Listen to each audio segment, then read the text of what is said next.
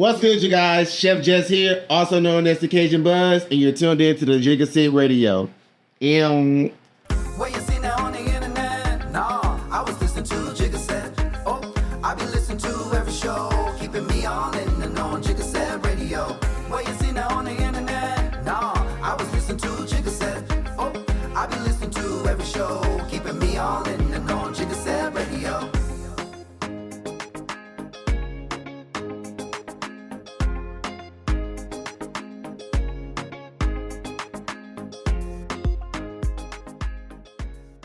What's going on, guys? It's your boy Jeremy, aka the Prince of Mixology, and we're here with yet another guest. Welcome to the stage, Chef Jess, y'all. Y'all make some noise. Yo, what's good? I'm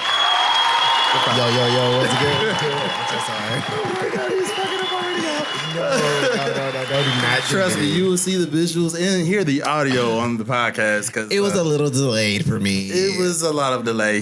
But he did actually a decent job with this drop, y'all, because we have the drop right before the episode, and so yes. Honestly, I'll be telling people that come in here as guests that the drop is actually the hardest part because people oftentimes overthink it, and so it turns into a situation to where they have to take several takes for that same thing. But welcome to the show. I know that you were initially scheduled for a different time, but some things came up, but you're here now. That's all that matters. And so, not even traffic could have stopped me.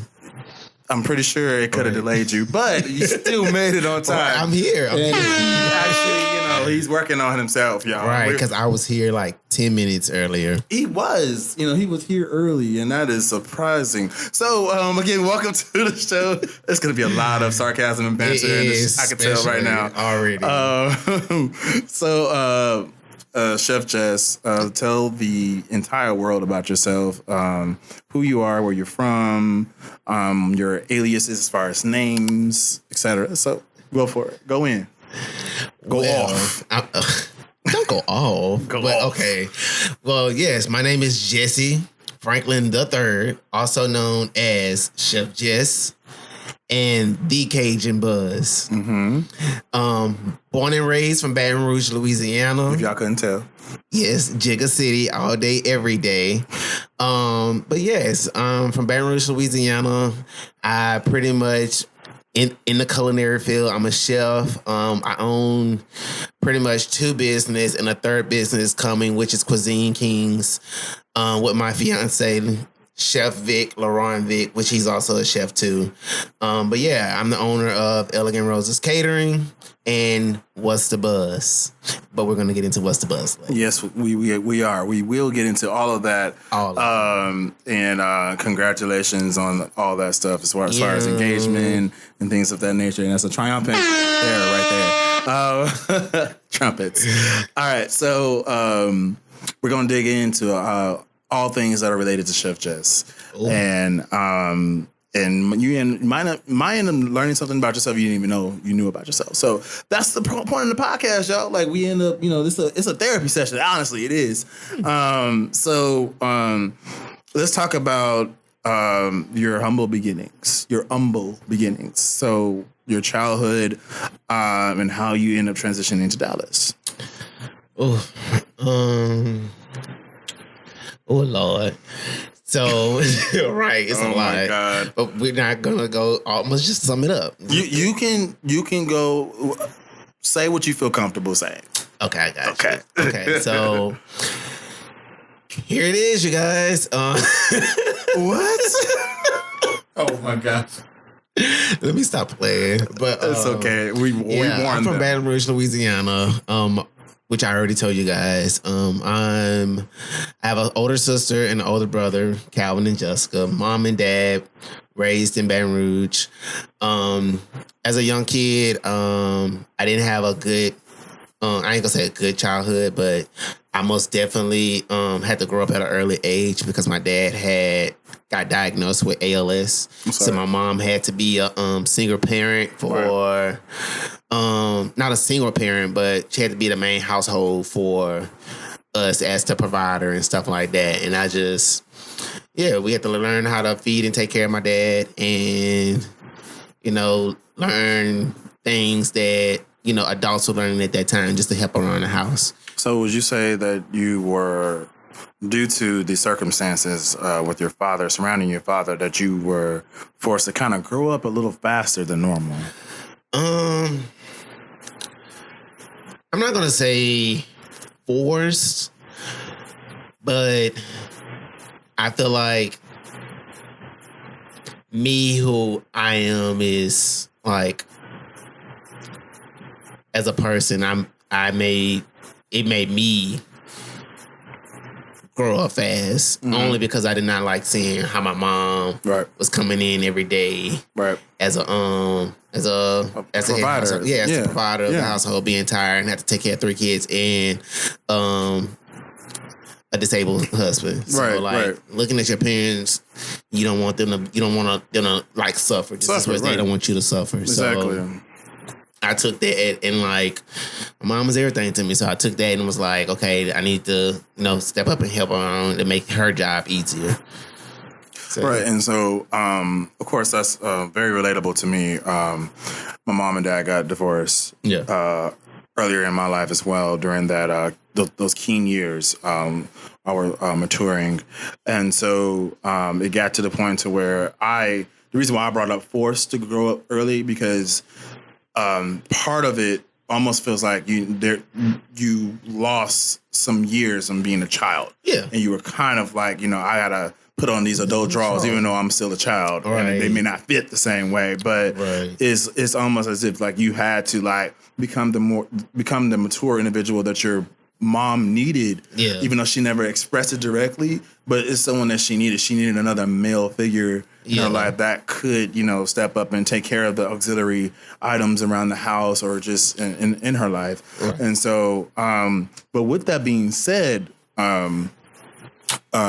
how do you feel like the illness with your father has affected you in your career? Like, did you focus on I want to be the very best version of myself and always be open to learning and new experiences, because, life is short and things like that could literally change someone's trajectory and the quality of life. So have you ever reflected and thought about I see what he went through and I want to make the very best of my life? With that, I'm not going to say the best of my life. I just know, I know he got diagnosed when he was in his early 30s. Mm-hmm. So now me being in my 30s, I'm more so it's dawning on me more so, because I'm hope I don't end up getting ALS, or, if I do get ALS within my 30s, and once again, I'm married with my fiance, I have to do the same thing what my mom did and stuff like that. And I don't know, those are the things currently going through my head right now. But growing up, I always was feeling life is short. So I always had this mindset, if I work a lot and work fat and gain a lot of money, I can retire in an early age and be able to live life and stuff like that. Right. And that's pretty much what everybody back at home in Louisiana teaches us growing up. If you work hard or get a job that pays you a lot of good money, you can save your money and do things like that. But there also has to be it's life, so things do come up in real life, and you have to spend things and stuff like that. So exactly. I mean, it kind of plays both hands in situations depending on how you was brought up and the situation you're in life right at that current moment. Right. So speaking of life, because y'all know the people that's tuned in via audio and visual, y'all know life be lifing. It does. And so when it comes to the evolution, and I've been somewhat being able to experience you grow as an individual from the time I've known you, how many layers of evolution do you feel you've gone through from the start of the first time you laid eyes on the earth, and then moving here to Dallas? How many different iterations? And I like to refer to this as fixed moments in time. like those moments in time when you're like, oh, this happened, and since that moment, I've changed because of that. So how many different levels of evolution can you identify? Child, my life. Shout out to life. Because life, you like it. Oh, because every day is like that for me. And I'd be like, I think that's why I be going so much in my head all the time. I'd be like, which way is it? I know if I mess up this time, let me change it up a little bit. And sometimes it still be life, and I'd be like, oh, no, ma'am. So, because everyone handles situations differently. Right? Yeah. And some people are literally ones that learn from other people's experiences vicariously. There's also people that literally learn from going through their own shit. That's me both ways. I know. So, whatever. Okay. I know where I was going with this. So can you identify a time, and after this we'll get into your actual entrepreneur career. Can you identify moments in time where you felt like there was one moment in time specifically where you had to absolutely change in order for you to survive? Moving to Dallas. Let's talk about that. Oh my God. So keep talking. First off, when I moved away from home, I ended up moving to Houston, and I got me a house with my ex. That's fine. But yeah, I moved away, and we had a pretty good life and stuff. But I still had like a couple of family there that, like, if I was in a situation, something, they can come check up on me or something like that. Prior to that, and as the years went by, after the hurricane, I think Hurricane Harvey. Okay. Our house ended up getting flooded, and then me and my ex went our separate ways. Mm-hmm. And I was looking for somewhere new, and so I was looking at and I was in my entrepreneur state too. That's how I just started Elegant Rosa off and everything as well. So in my mindset, I was just like, I need something new, I need some change, and I want to actually work for myself. So I was like looking up for the top 3 places to stay for Black entrepreneurs, and then I stumbled on Dallas. Dallas was like literally 3 hours away, and I was like, okay, but I can drive home still 6 hours.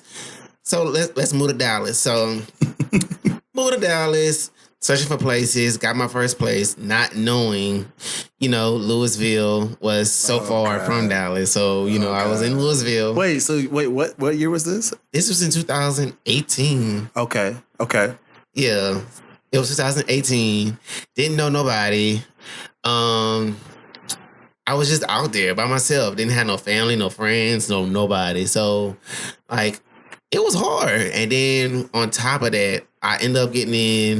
When I was starting my business, I was dropping off a cake.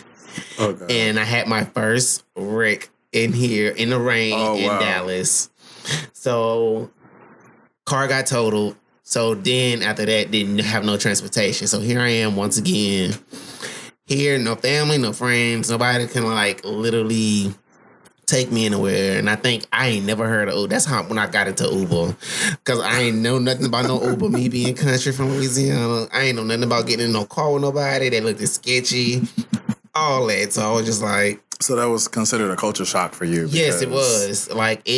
Being here in Dallas, it made me grow up real fast. I always had responsibilities and things like that. And I knew how to take care of things. And when I was back at home in Louisiana, but I did not know how to do it in a bigger city. Gotcha. So by me being in a bigger city, I was just like, all this is new. All this is different. It ain't like around the corner in Louisiana. It's not around the corner in Texas. Oh, no. So I had to learn real fast. I had to learn financially, mentally, and physically. If it wasn't for me moving here, I wouldn't have grown as an entrepreneur. So let's dissect that for a second. So you say if it wasn't for you moving here, that you wouldn't have been able to grow as an entrepreneur. Do you feel like even on a personal level, because you said you were forced to budget differently. Yes. And do you feel like on a personal level that you wouldn't have grown as fast if you hadn't moved here? I agree. Okay. Yeah, I most definitely. I would put Dallas as a stepping stone in my life for me in general. Like, okay. Yes, most definitely. Okay. All right. So, with that being said, we'll definitely transition into, your entrepreneur career here in Dallas. But before we do that, I, of course, moved here to Dallas, and my first stomping ground, my first landing area, if you will, was Louisville as well. Yeah, and I quickly, people, I'm telling you, but I quickly learned how detached Louisville. Shout out to Louisville, y'all. How detached Louisville, I love y'all. It's cute when you know how to deal with the traffic getting into Dallas. Like yes. I had to learn very quickly because I started off at a telecommunications company that moved me here with a stipend from St. Louis and 2014, and I learned very quickly that 18 minutes to the destination is 18 minutes when it's no traffic. I was not familiar with Dallas and their traffic ways. But I learned very quickly when it turned to 38 to 40 minutes during the week to get to Las Colinas. So that's a Friday.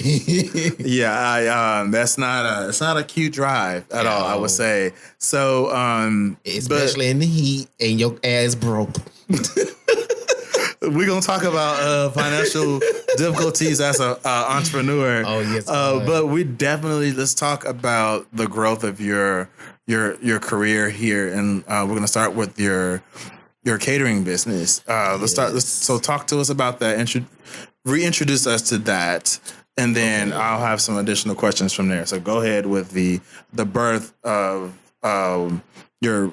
Catering. Yeah, your baby, your creation. So my creation / baby / everything that means the world to me.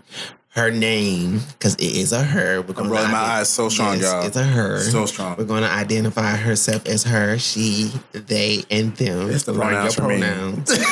But her name is Elegant Roses Catering. She's named after my grandmother, Rosalie Franklin, who inspired me to be not only a chef, but the person who taught me how to cook and helped me provide for my dad when my mom was out working. Okay. So the whole concept behind that particular business is turning nothing into something. Right. Just like a rose. A rose can be simple, but it's so elegant and it means more than what you can think of because it's all different type of meanings of a rose. Of course. So, pretty much and that just pretty much sums up my food. Like, you can give me anything. Like, pull anything out, I'm going to turn it into, like, a 5-star dish. Mm-hmm. It's also give me that's where I grow a lot of my passion from. Because, once again, me being able to cook as a kid for my dad and help out around the house, it gave me the passion because he ate it and he liked it. So I'm like, okay, I'm good at this. So like even when from his passing, it was like I had built up so much anger because of his passing, only because like I went to every doctor visit with him, and just that particular doctor visit, I did not go. I decided to stay with my cousins, and that was the night he passed. So that way I made so much anger for myself to where it's like if I was there, he would have been alive. So like that was just something. Do you still process that as such? Like you still blame yourself for that? No, not at all. Okay. Actually my fiance helped me out with that. Okay. With that and that was just because like with that, I was just like, it's life. Like right. As an adult, we knowing like now it's like anything could have happened. Like that was probably only God telling me like he didn't want to see me see that, and like at that particular just trying to visit. spare you from that. So like that's things I also have to look at that and stuff like that. And looking back on all of that, I'm like, I wouldn't have been the person who I am if like all those situations would have happened. Right. So like now it's like, okay, I'm grateful for it versus being upset about it. Right. So yeah. Okay. So I think because we've worked together, guys, and we'll Lots of events. we'll get into that here in a second. Don't you start. Keep it going. Almost said that one little phrase. With the brunch. Anyway, so with that being said, I'm really happy that you've been able to find closure and passage and not blame yourself from the events that were surrounding your father's death. Yeah. Granted, like, you know, being there in person makes it a whole different experience, but it would have and possibly could have sent you on a different trajectory as far as your career, because you would have took it a different way. But, you know, again, hashtag life be lifing, y'all. So with that being said, let's talk about, we touched on it a little bit, but let's talk about your style of cooking, your presentation, and how important that is to you. Because, again, we've worked together before, and I've been able to dissect and visually see how he puts things together and his thought process behind those things. So, like, walk me through the importance of presentation for you. Okay, so the important for presentation for me is pretty much everything. I know I just said that. Like it is, and when I say everything, I mean I feel like I have OCD when it comes to like everything dealing with my business, because not only is the presentation, I want the flavor to be point. I want like the colors to like complement each other. I want like each dish to have its own different like tasting for it. Right. So like when it comes to that, I'm just like very anal. You will see Chef Jesse / B Jesse, if you want to call it Chef B, Chef Jesse. What's the B stand for? For the people that's in the Rosa Parks section? It's an inspiration of Beyonce, you know, you guys.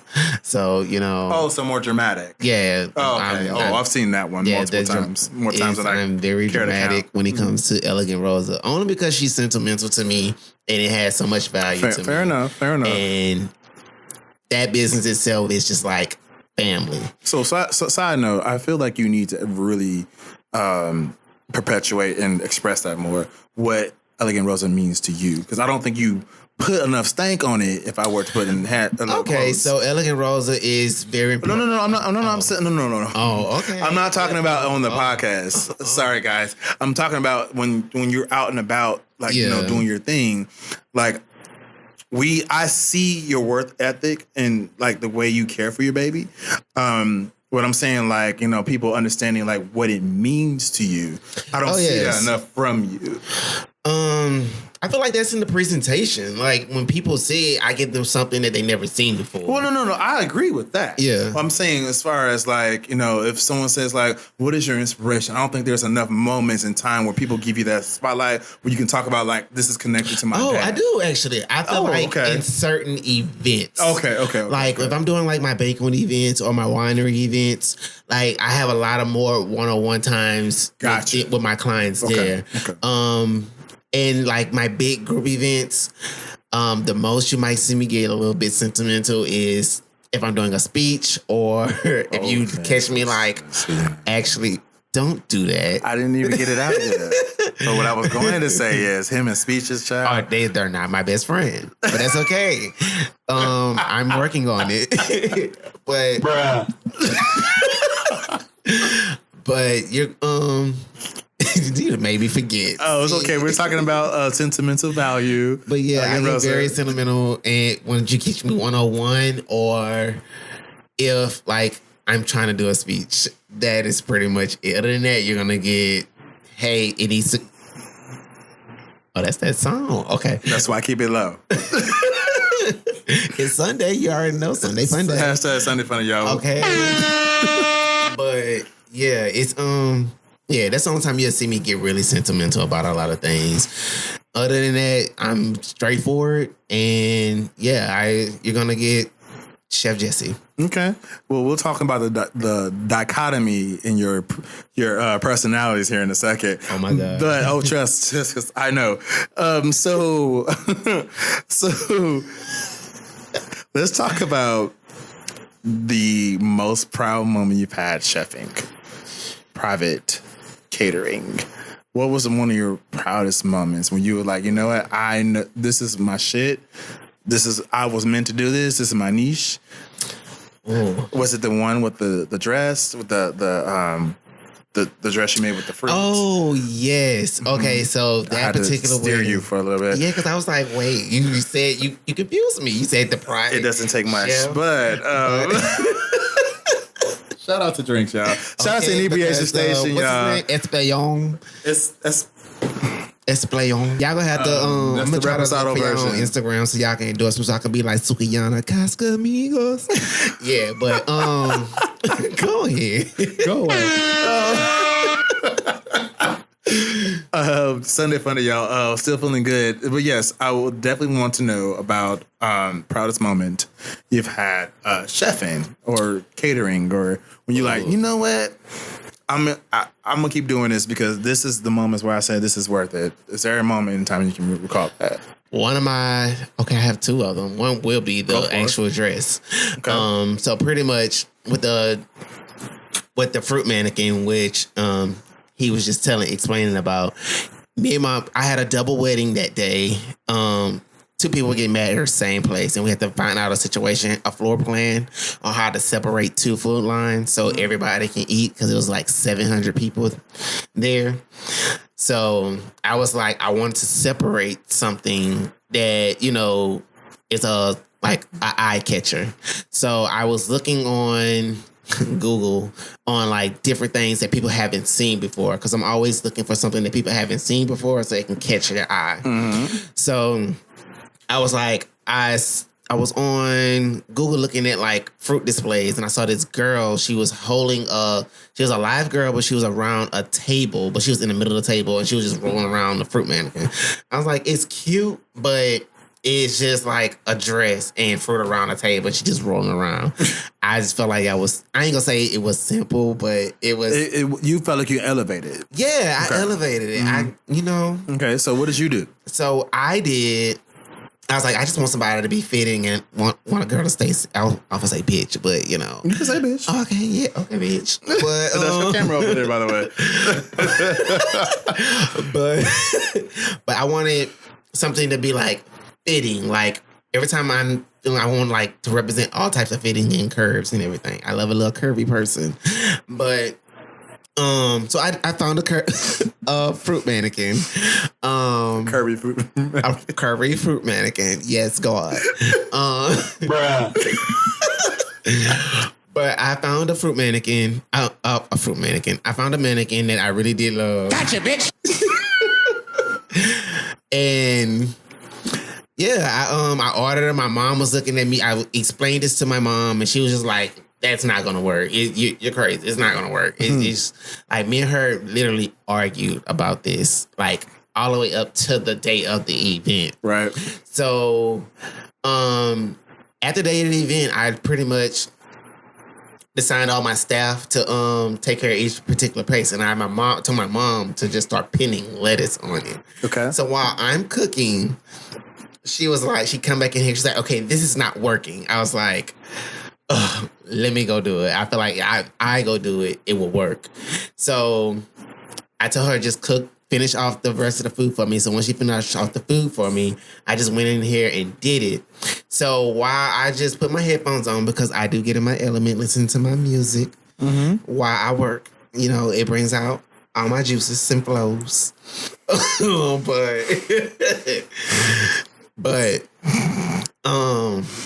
yeah, I did it, and next thing you know, I turned around and I saw all my workers just staring around looking at me, and they kept like asking me how did I do it, and I was just like, I don't know, it just came to me.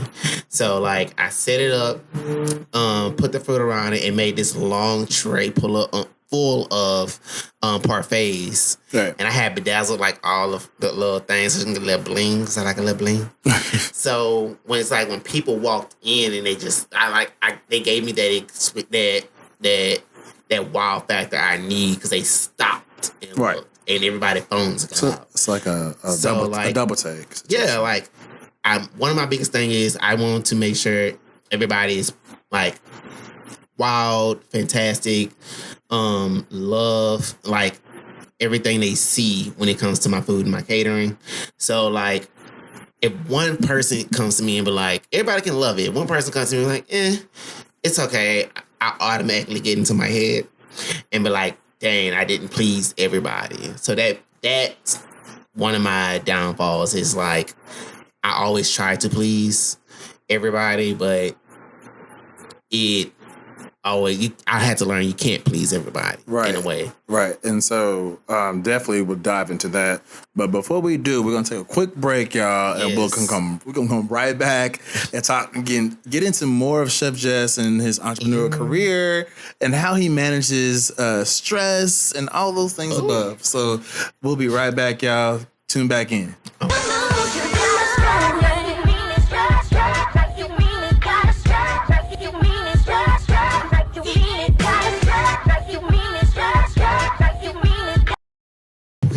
Welcome back to Jigga Set Radio, y'all. We're still here with Chef Jess. Y'all make some noise. He's been surviving all the questions and the things I've been throwing at him, just to see, what he's going to give and the type of responses we're going to get from this person that's such a mystery. Because he do have different personalities, y'all. I'm gonna let y'all know. So tell them people there. The people need to know the truth. So. And I think it's important to highlight how, especially as entrepreneurs, that we have to have different levels of engagement, interaction with people. So I like to refer to it as an introvert versus an extrovert, right? And so I am considered an omnivert. What's that? An omnivert is encompassing both sides. So you have moments where you're an introvert and moments when you're an extrovert. But the key thing is it turns on at a certain time, it turns off at a certain time. Okay. So when I am hosting an event, and which I've noticed with you, you're the same way. You put on this different personality. Yeah. You have to be. You're engaging with people. You're high energy. Boom, boom, boom. And then it's almost as if you had an energy drink or a caffeine fix. When you're done with that event, it turns off, and you want to just kind of be to yourself. So let's talk about that. Let's talk about how, as entrepreneurs, we have to be chameleons and kind of blend in. I don't know. Yeah, as small business and entrepreneurs, I feel like everybody in the world, y'all need to really appreciate us, because we be going through it in the back because y'all just don't know. Like, we be trying to do backflips, cartwheels. We trying to be Beyonce times 10 just to make sure y'all stuff be good and make sure we put the passion and drive behind it and put our stamp on our name. Like, y'all just need to appreciate that. Like, if y'all see these behind the scene footages, y'all gonna be like, yeah, I was a little bit too hard. Yes, you was. You were that. Now be appreciative. Like, yeah. So that's a great segue, by the way. How does one, as a caterer, as someone that's a personal chef to many and a caterer to others, how do you deal with individuals emotionally and just business-wise when someone is disgruntled, when someone has a complaint? Like, because granted, and you mentioned earlier, you try to please everyone, but we already know in life you can't please everyone. Right. And so dealing with that reality, knowing that you can't please everyone, how do you deal with situations that arise from people saying, I have a problem? Like, how do you as Elegant Rosa deal with that? I most definitely will just be like, okay, it's a concern. So let me just hear what this person has to say. Right. Like, cause everybody is different and everybody's like have their own thing about what they like, what they don't like, and how they just want things a certain way. I don't know. It could have been from their past in their relationship. I don't know. That probably traumatized them to make them be that person they is today. But hey. Right. But I just would be like, okay, hey. I just like, I give my welcomey face and be like, hey, like, be excited. Be like, hey, I'm excited to talk to you. But like, what's going on, girl? Because I know you about to give me something that is either irrelevant or it's just like, okay, I can see where you coming from. I feel you. I wouldn't like my steak like that either. Right. But I'm just like, okay, hey, how's it going? Like, what's wrong? What's your current? Let me feel your energy. Like you feel mad. I'm like, hey, what's going on, girl? We'll see so I can fix it for you. Right. If you tell me like, hey, my steak was a little bit uncooked. I wanted a medium steak. I got a well done. I be like, yeah, man, I feel you on that. Like, I will, if I'm paying $80 to come sit down and eat at your restaurant and tip and do all these things, why not? Like, I feel where you coming from because I as an entrepreneur, I feel like you spend money, especially if you work for what you want and it's hard on money. Right.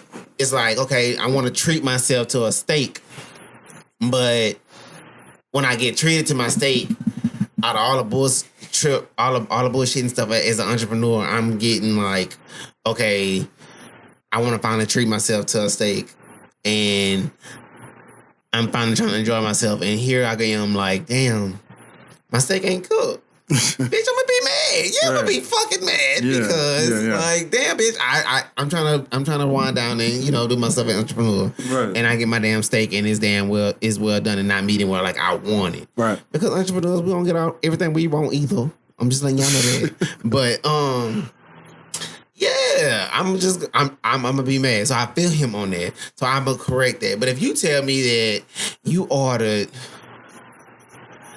let's just say rice. Simple rice. If you order rice and you tell me, oh, my rice ain't hot enough. Okay, that's another concern, sir. I got that. But we make it hot for you. And then now you're like, oh, well, now I want the mac and cheese instead of rice. And it's a constant stuff after that. No, girl, you picking like no. So where do you normally draw the line when you're being a servant and when you're serving individuals? And granted, like you just expressed, you're going to have a lot of different personalities and different people that's going to dig at you a different way. And so, like, where do you typically draw the line as a professional caterer? I feel like if, as a caterer, especially with me, because I'm all about like trying to make sure the person is just satisfied with their order, because I know at the end of the day, like, you spending money to come get an experience, right? So like, I'm like, if I couldn't please you like at the sixth damn time, girl, it's nothing can please you. You just at this point you nitpicking. Let me just let me refund you your money at this point. Like, you done got like 4 or 5 free things right now. Like, at this point, nothing can please you. Not even a breath of air. So, okay, let me just give you your money before you get disgruntled. The Cajun Buzz, that you recall one of these different personas. Yeah, well, great transition, by the way. Because going back to, again, being an omnivert. Omnivert. Mm-hmm. So that's, what is that again? Because I think I'm an omnivert now because... You've always been an omnivert. Okay, omni, So, omni being... Like pescatarian. Okay. All right. We're still here with Chef Jess, clearly. So, one that's just having, that can exhibit both traits, right? And so, recognizing that, you appreciate moments to yourself. And then, knowing when you have to put on this personality to sell your business, to deliver an experience for other people. And what typically happens, and I speak for myself when I do my events or the events that I am collaborating with, when I have to have, especially as a bartender and mixologist, you have to have high energy. You're pouring into everyone else, literally, figuratively and literally. Yes. I think I said that right. So, you're literally like pouring a sip of your energy into other people because like you're having to keep that maintain that persona the entire time, right? And so at the end of the day, what happens when you have finished your task and you are done with your event and you get home, you feel a little weaker than normal because you have poured so much energy into other people. Right. And in other podcasts, I've talked about what's called an energy budget. And an energy budget basically, like just like a fiscal budget, like understanding that whether it's a significant other, whether it is friends, family, etc., understanding like, how much are they pouring into you? And are they pouring into you as much as you're pouring into them? Right. And are you feeling more of a deficit? Are you feeling more drained at the end of the day because you've been pouring into so many other people? Sure. And so with that being said, have you started mastering that element in your career, understanding that, the boundaries one sets as an entrepreneur, and then like the energy budget, like I just mentioned, how do you like handle like people that come to you wanting all this energy and then knowing that, I have to balance this out? Right. So, okay, to be honest, I feel like I'm actually learning this year. Okay. This year, that's what this year is teaching me as far as like energy wise. Like, for example, you, as course, seen me at a lot of events. Right. Versus this year than last year, it's not have many been that events. Because like, hey, I'm getting old, y'all. Like, y'all only can get so much of this. Like, yeah, we host the event. I'm gonna give you the energy. I'm gonna give you the needs. I'm gonna give you everything. But like at this moment, I feel like. Yes, I'm in that limbo right now, in that area, in that state, especially like with anything, like with family, friends, business wise, and turning this persona on and off. Like now it's like I feel like I built myself as a brand to be like, now you're gonna have to pay for that experience. Like, you can do a little teaser in the close stories or something like that to just see like, oh, bitch, I got to go see the, whatever it may be. And like, don't expect me just to come there and just coming to give you that experience when when it's not like a business transaction. Like now I feel like when I was doing it, y'all was like not, it was free. Like now it's like now y'all have to pay. You added that extra flair to the experience. Right. And so now you're understanding more so your worth, which we'll get into in a second. Understanding your worth and understanding that, this is an added value to the experience. And, who was that said we're gonna raise our prices? Beyonce talked about we don't argue, we just raise prices. And so, and which is part of the entrepreneurial growth process, starting off at a level where you feel comfortable, people will come to you. You're more so just trying to get exposure. And then once you've been exposed, once they've been exposed, and you as well, you get to a mentality where you're like, okay, I understand my worth a little bit more. Let me just raise the prices, and not because I'm just trying to be greedy, because I offer more in an experience than some other person, the competitor over here. And so, like, I'm going to adjust my prices accordingly, right? Right. So my next question to you is, you have individuals that you probably come across that may feel entitled. Okay. You may come across individuals that feel like, oh, your price is too high. How do you handle that situation? Because again, knowing yourself, seeing as though that you kind of been over backwards several times, even doing backflips at some point, to make someone feel comfortable and they're still not satisfied. Like, how do you deal with individuals now versus when you first started, that feel like, oh, that's too high, you need to come down, I don't like your prices? How do you deal with that element? Now, then I used to always try to like see how can I break even, or just be like at least get some type of profit from from like a client or anything back then, and still give them the presentation, because I know at the end of the day, like my thing is with me is like, long as you can get me into a a room or get them to taste anything that I have to offer that I know you're gonna be drawn to it. It's just like you're addicted once you taste any type of dish that I put out, or even just meet the person who I am as a person in whole. That's your marketing approach, essentially. You market yourself by your presentation of food and personality.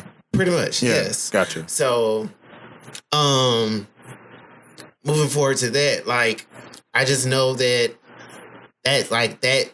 long as you enter a room, that you just have to make sure you're welcoming, that you make sure that you just, like, the person that you're very friendly, you want a person to feel comfortable. Like, that's the energy you want to get to a person, that they can let their hair down and be cool. Because in an everyday lifestyle, like, everybody's trying to at least please some type of person. And it can be from work, it can be from personal, it can be just in general. So, like, when people get that time to themselves to just let down, they're more welcoming, more fun. You can see the person themselves. Right.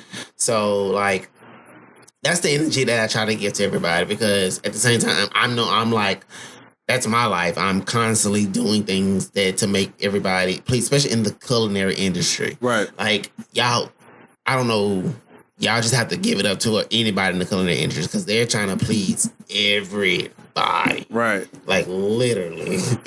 But yeah, you have to be that's the hospitality. And that's part of food and beverage, including bartender. That's part of the hospitality, the industry, rather.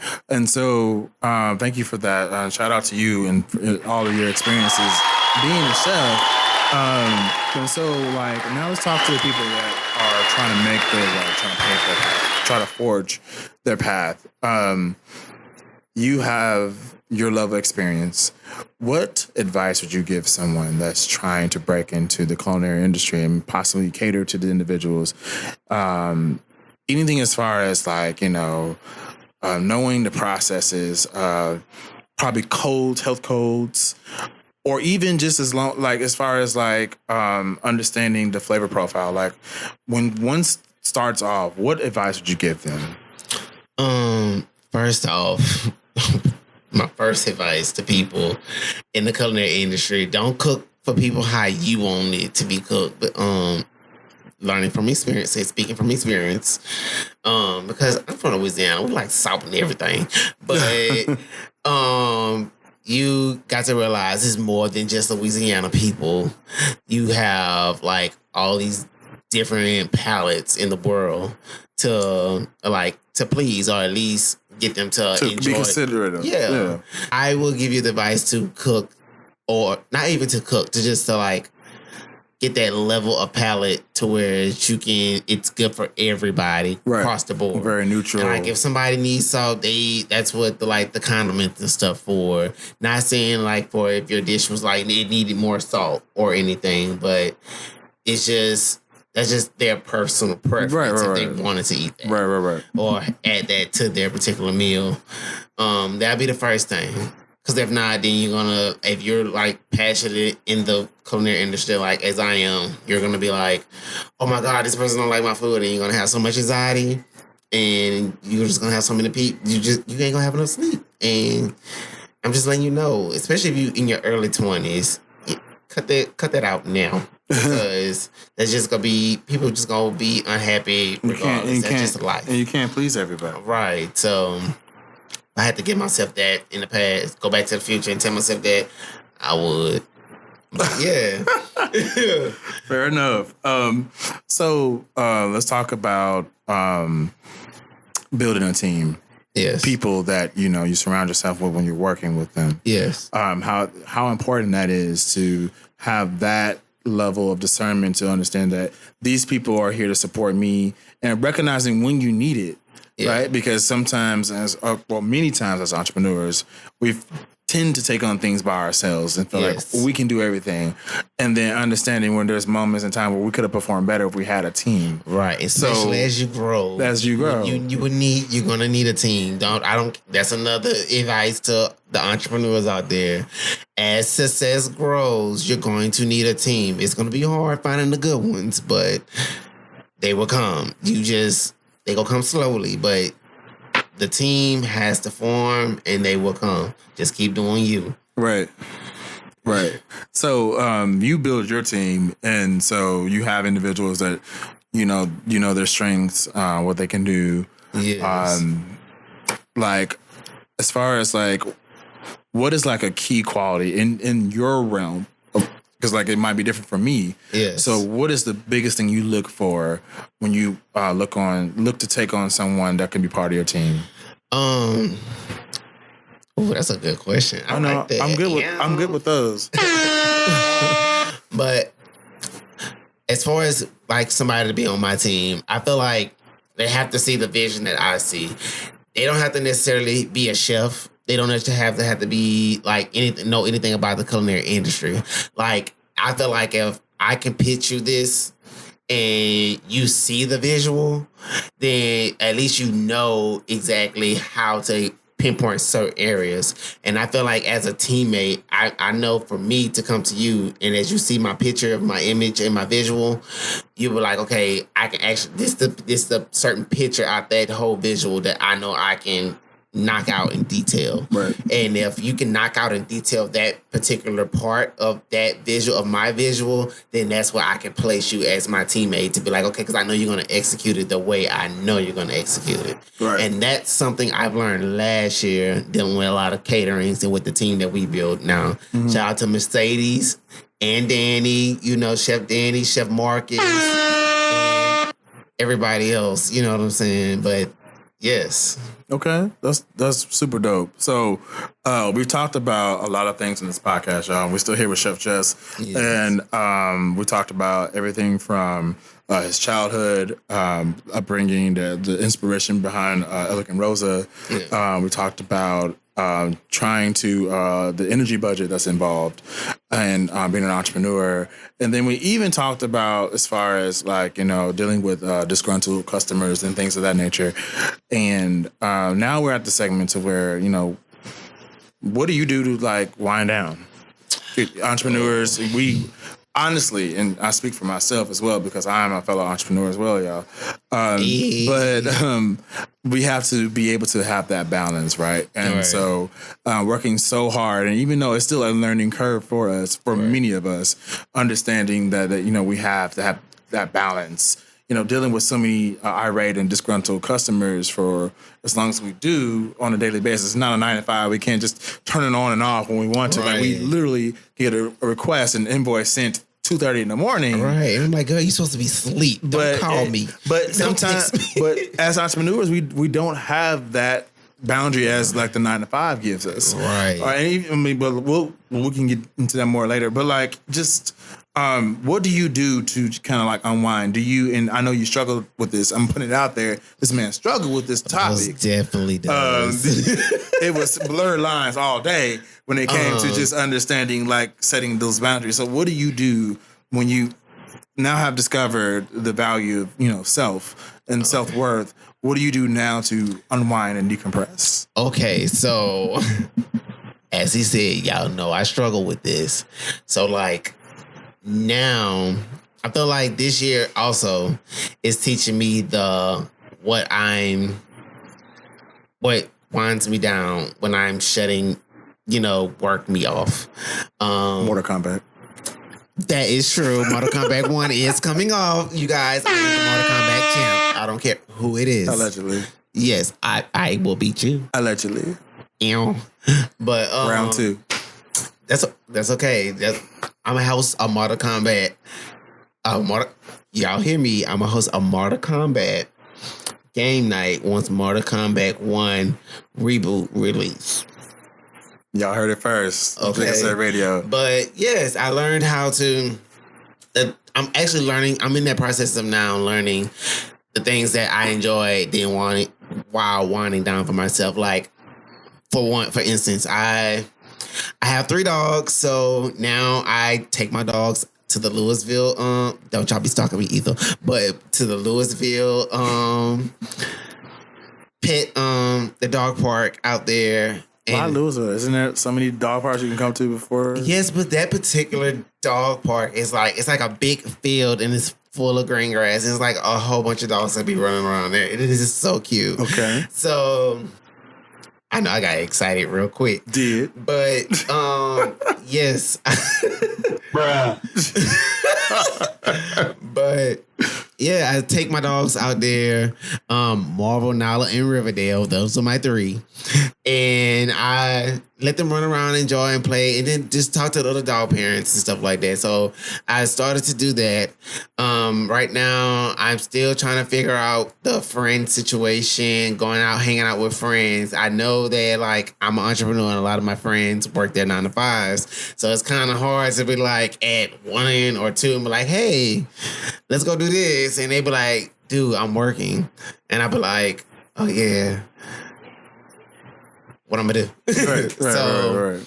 Now I'm just gonna start hitting my entrepreneur friends up and be like, "What y'all doing? Let's talk about business stuff and go eat at some place." And y'all better just answer me. Yeah. Okay, so if I were to tame that conversation he just said, you're just going to be more open to a non-traditional hourly experience with individuals, just reaching out to them when you feel like, a gathering or just a pop-up is necessary. Yes, because I know I have the tendency to like I don't know how to shut work off. So this year I've learned how to shut it off and not like constantly be working. Hitting the pavement. I trust me, I understand. So like this year is teaching me more of my, I guess the old saying is true. Once you hit 30, you start getting a little more wiser. So I'm just like, okay, I know this is this, and now it's just like, okay, let's just see what life has to us. It's not all about work. Fair enough. I love that. I love that for you. The growth process as an entrepreneur is a never-ending journey. And those that are trying to become or aspiring to be an entrepreneur, I encourage you to just find what works for you, because everyone is different. Most definitely. So we're going to wrap up soon, but before I end up getting to that segment of the podcast, I want to actually ask you about what you have going on currently. Oh, a lot. It's your floor. So for at this moment, of course, other than Elegant Roses, we do have another business called, well, we have several more businesses, but one in particular is called What's the Buzz. You can find it on Instagram. That's _Buzz 420. Pretty much it's just a site that not only educates you on like the substance of cannabis, it also like educates you. It also, you get to know like for instance, you get to know like your different strands or what you're taking or side effects or things like that. So just like if you have ADHD, what calms you down, what makes you focus, and things like that. Also, we do, educate you on the cannabis edible side as well, to know like your dosages and stuff like that as well. Other than that, you're gonna see on there pretty much the Buzz, which is one of my alter egos. I told y'all he had one. I told y'all it's several, but several. But one in particular, he's Buzz, and he's pretty much the Baton Rouge side, who I am as my wild side, as you may say. Other than that, he's wild. He's the entertainer. He's a lot of things, you guys. But you have to follow the IG for that. Also, you have to follow Cuisine Kings. That is our new baby that we're creating. We're turning to your Cajun Caribbean restaurant that we're going to be doing all types of pop-ups, Pause, Granddad. You said we, so mention the other person. The Chef Laron V. You can find him also on Instagram. He's the best of the best, one and only. I mentor him. He's fiance, all that different things. If you want to get an L for 2024, save the date. Yes, it is 420. That's why it's What's the Buzz. But other than that, Bruh. But I was waiting on that. But yes, it's Cuisine Kings. Pretty much just giving you your Florida, Caribbean, your Louisiana, Cajun, all types of things like that. Because as we feel, everybody else may feel different. Florida and Louisiana, we have our own different vibes. And, it's a turn up every time you hear Florida and Louisiana. So it's Cuisine Kings. And, Cuisine Kings can mean more other states. We're more welcoming to the states. Okay, so developing a concept of incorporating, mixing, infusing different cultures. And it's all different styles. cultures. It's a, cuisine. And you go get the vibes. You're not only the vibes, but it's going to be a mood. That's what a vibe is. The vibe. Vibes are so 2022. We need to do the mood. A few moments later. So he failed at attempting to explain the difference, by the way. He said he just gave a year, not an actual definition. You have to be trending. Like, what's a vibe now? Let me catch you. Well, someone we worked with did explain, it's a vibe. So we learned that is more to it than just saying it.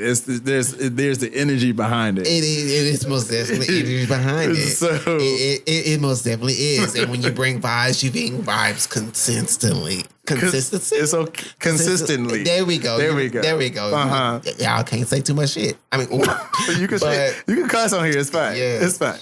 But hey. So y'all make some noise for Chef Jess, y'all. This man is going downhill. So it's time to ring. The buzz kicking in. Well, so let's. I think you mentioned it, but again, how can people find you and follow you? Yes, once again, you can find me on all my Instagrams and social media platforms. Yeah, social media platforms. You can find me under the Cajun Buzz on IG. You can find me on IG as well with my business pages. It's What's the Buzz 420. That's what's _the_ Buzz 420. And you can also find me at elegant.rosa. That's ELEGANT ROSA. And of course, check out our baby, Cuisine Kings. It is _cuisine_king. Already. Well, we appreciate you for coming on here, providing the knowledge that, in the culinary world.